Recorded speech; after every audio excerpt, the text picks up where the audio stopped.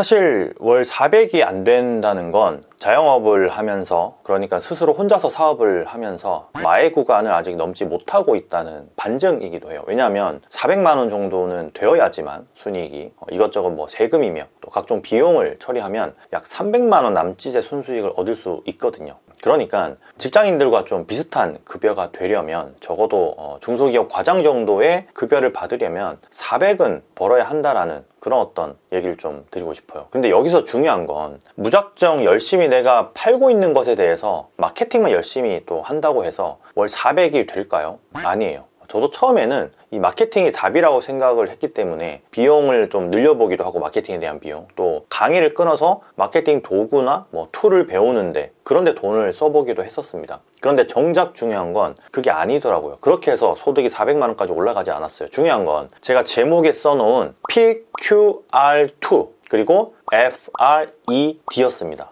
자, 지금 설명해 드릴게요. 지금 그림 보이시죠? 여기에 왼쪽에 있는 사람이 우리가 타겟으로 하고 있는 손님이에요. 그리고 오른쪽에 있는 게 결과이고요. 손님이 맞이하게 될 결과인 거죠. 이 손님은 문제와 의문, 그리고 걸림돌을 가지고 있어요. 머리가 좀 복잡한 상태라는 거예요. 자, 결과가 없는 거죠. 자, 여기까지는 아주 쉽게 이해가 가시죠? 어려운 문제가 없습니다. 자, 문제, 의문, 걸림돌, 그리고 결과. 제목에 적혀 있는 PQR2가 바로 이 문제, problem, 의문, question, 그리고 R2는 두 개의 R을 의미하는 겁니다. 걸림돌, 로드블럭, 그리고 결과, result. 그런데 도대체 이게 다 무슨 말이냐? 자영업 하는데 이게 다 무슨 왜 필요하냐라고 할 수 있어요. 자, 잘 들어보세요. 사실 자영업을 할 때 이런 쓸데없는 거 당연히 필요하지 않을 수 있습니다. 그것보다 더 중요한 건 지금 당장의 매출이잖아요. 그리고 마케팅이며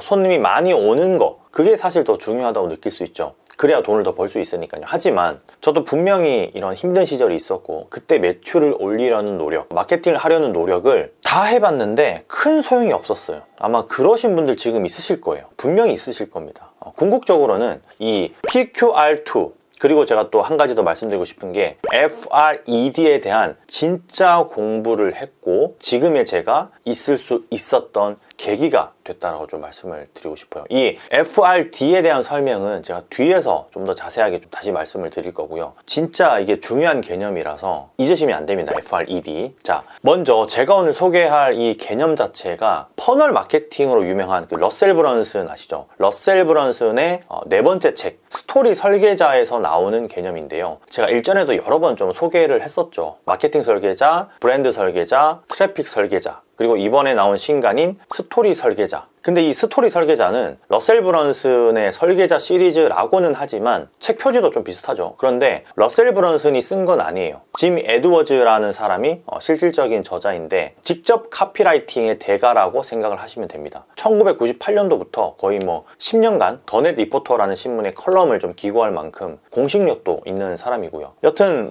짐 에드워즈도 그렇고 러셀 브런슨도 그렇고 사실 이 시리즈를 모두 읽다 보면 퍼널에 대한, 그러니까 깔때기죠. 손님이 어떻게 우리 매장으로 오고 또는 어떻게 우리 물건, 서비스 이런 거를 구매하는지까지의 그 과정을 정확히 이해하고 판매하는 데 크게 도움을 받을 수가 있는데, 이 퍼널의 과정에 따라서 완전히 결과가 달라지는 그런 내용들을 우리가 알 수 있는 거죠. 이런 책들을 통해서. 결국은 그 퍼널의 시작과 끝, 그리고 과정과 카피, 이게 이제 판매 핵심이 된다라는 결론에 도달을 하게 되는데, 그 중에서도 이번 시리즈의 어떤 주 메시지는 카피입니다. 카피. 자, 지금 보시는 이 이미지를 보시면 이렇게 다리가 놓여져 있죠. 제가 처음에 보여준 사진과 다르게 말이에요. 그리고 그 다리에 세일즈 카피라고 적혀 있는 거 보이시나요? 네, 이게 바로 이 책의 핵심입니다. 오래전에 제가 혼자 월 400을 벌기 위해서 너무나도 부단히 노력을 많이 하던 시절에 사실 이 부분을 전혀 생각지 못했었어요. 지금 생각하면 정말 바보 같은 일인데, 결국 약 한 달 정도 공부를 통해서 이 의미를 깨닫고 당시 하고 있던 사업에 점점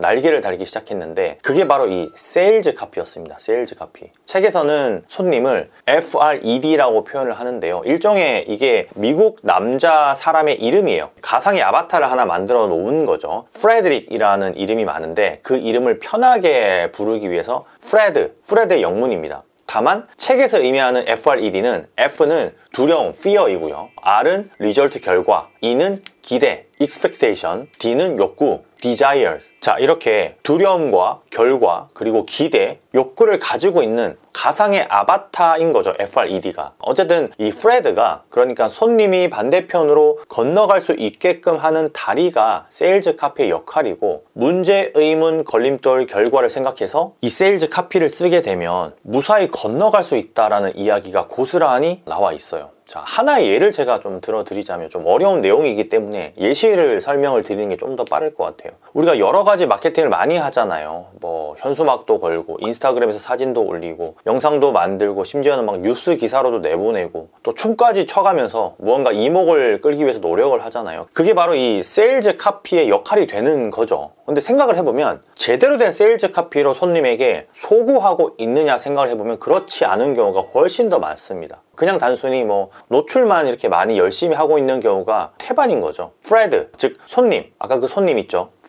프레드는 절대 구매하지 않습니다. 이런 세일즈 카피는 노출만 한다고 해서 문제, 의문과 걸림돌, 그리고 결과가 반영되어 있어야지만 구매를 하는데 그게 반영되어 있지 않잖아요. 자, 짐 에드워즈는 프레드가 지갑을 여는 진짜 이유, 그러니까 구매를 하는 진짜 이유는 의미가 감정을 만들어내기 때문이라고 하는데요. 행동의 동기는 두 가지, 자기이익과 공포다라고 나폴레옹이 한 말이 있고요. 또 사람을 대할 때는 이 사실을 기억하라. 상대는 논리의 동물이 아닌 감정의 동물이다. 자, 이 얘기는 그 자기관리론으로 유명한 데일 카네기 명언입니다. 즉, 이 두 가지의 이야기가 어떤 걸 의미하냐면 지갑을 여는 진짜 이유는 이 때문이라는 거예요. 논리보다는 감정이라는 거죠. 의미가 감정을 만든다라는 건 예를 들면 뭐 책에도 나오는 예시인데 18V짜리 파워가 센 전동 드라이브를 판매한다고 쳐볼게요. 어떠한 작업도 가능한 파워를 갖췄습니다. 이건 무슨 의미가 담겨져 있냐 하면 집안에서 남자가 해야 할 일을 빨리 처리해 주니까 아내가 행복해진다는 의미가 있는 거예요. 그걸 표현을 한 겁니다. 순식간에 해야 할 일들 다 처리하고 소파에 앉아서 아내랑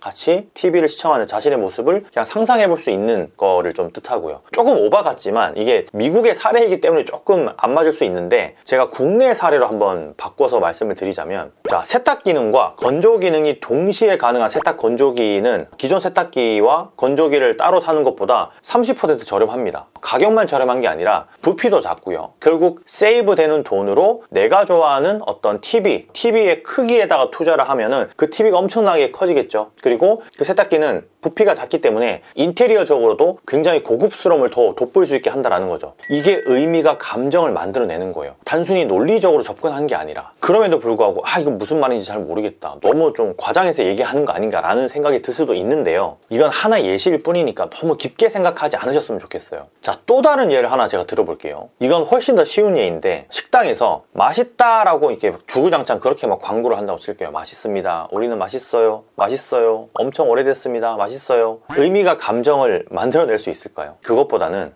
여자친구에게 점수를 딸 수 있는 사랑의 플레이팅 비주얼이 있다 라고 하면 의미가 감정을 만들어내게 되는 거예요. 그리고 또 뭐 할인해 드려요, 싸게 드려요, 뭐 이런 것보다는 특별 패키지 구성입니다, 특별 패키지 구성을 이번에 만들었어요 라고 하는 게 훨씬 더 좋은 의미를 가지는 거라고 생각을 해주시면 됩니다. 이런 표현은 사실 만들어 보면 너무나도 많겠죠. 그러니까 우리가 흔히 쓰고 있는 그런 어떤 광고 카피가 다 부질없다는 거예요. 제가 얼마 전에 롯데호텔 일식당에 모모야마라는 일식당이 있는데 거기를 이제 예약을 하려고 전화를 했는데 거기서 그러더라고요.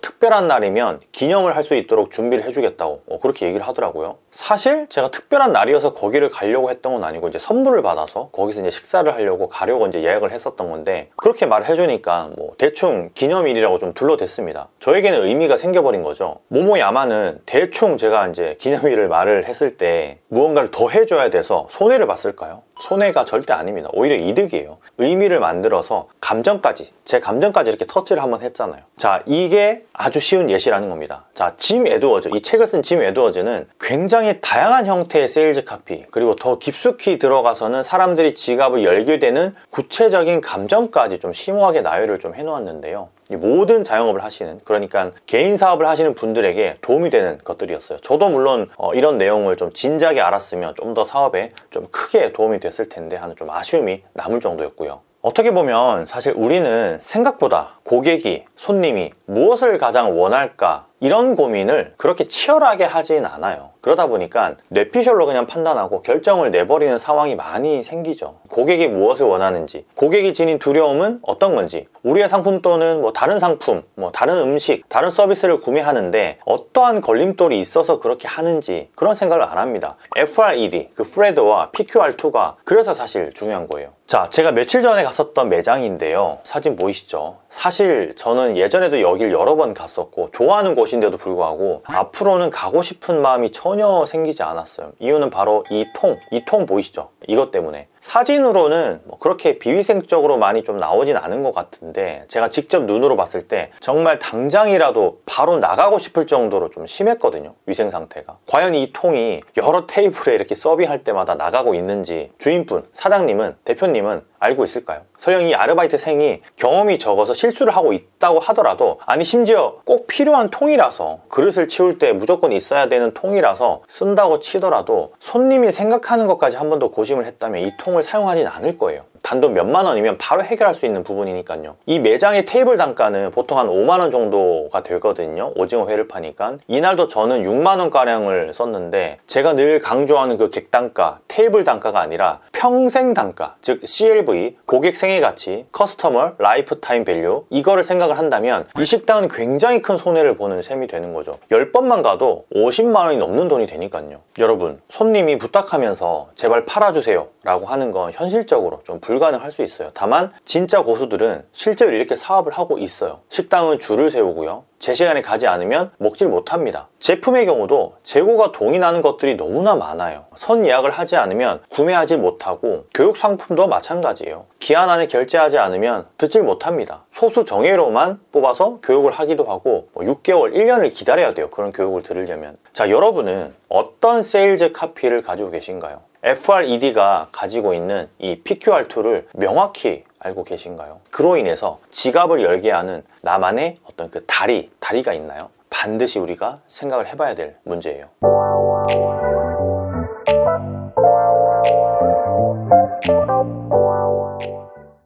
러셀 브런슨 책이 좀 어렵다는 그런 이야기들 제가 주변에서 많이 들었는데, 러셀 브런슨이 쓴 책이 조금 어려웠다면 이제 오늘 말씀드린 이 짐 에드워즈는 조금 더 쉽게 글을 쓴다라는 좀 느낌을 받았어요. 사실 번역이 조금만 잘못돼도 일련대 불편함이 있거든요. 그런데 스토리 설계자는 그렇진 않더라고요. 오랜만에 조금 술술 익히는 그런 도움되는 좀 책이었습니다. 아마 이 영상이 올라갈 때쯤이면 저도 휴가를 가 있거나 혹은 휴가를 이제 막 갔다 온 직후일 것 같은데요. 저 역시도 제 사업에 한 번 더 적용을 해보는 그런 기간을 좀 가져봐야 될 것 같아요. 제발 팔아주세요, 이런 사람들이 좀 많아질 수 있게 말이에요. 여러분들도 조만간 줄을 세우는 그런 장사와 사업이 되시길 바라면서 꼼프리만 들어갈게요. 감사합니다. 오늘도 많이 파세요.